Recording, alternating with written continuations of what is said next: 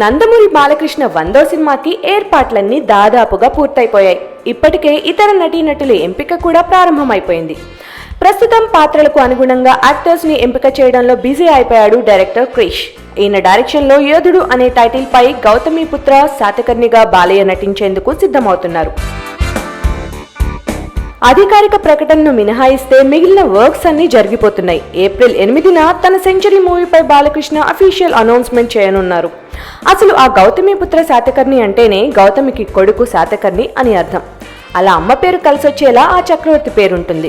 ఆ రాజుకి తల్లిగా అంటే రాజమాతగా నటించేందుకు సీనియర్ నటీమణులను సంప్రదిస్తున్నాడు డైరెక్టర్ క్రిష్. ఈ రోల్ ని హేమమాలినితో కానీ శోభనతో కానీ చేయించాలన్నది బాలకృష్ణ ఆలోచన. అయితే గతంలో శోభనకు జంటగా బాలయ్య నటించి ఉండటంతో హేమమాలిని వైపే మొగ్గుతున్నారని తెలుస్తోంది. ఇక బాలయ్యకి హీరోయిన్ గా నయనతారని సంప్రదిస్తున్నారు. ఒకవేళ ఆమె కనుక డేట్స్ అడ్జస్ట్ చేయలేకపోతే ఇతర ఆప్షన్స్ వెతుక్కోవాలని క్రిష్ అనుకుంటున్నాడట. ఏప్రిల్ 8న యోధుడిపై ప్రకటన చేసి ఏప్రిల్ 22 నుంచి షూటింగ్ స్టార్ట్ చేయబోతున్నారు.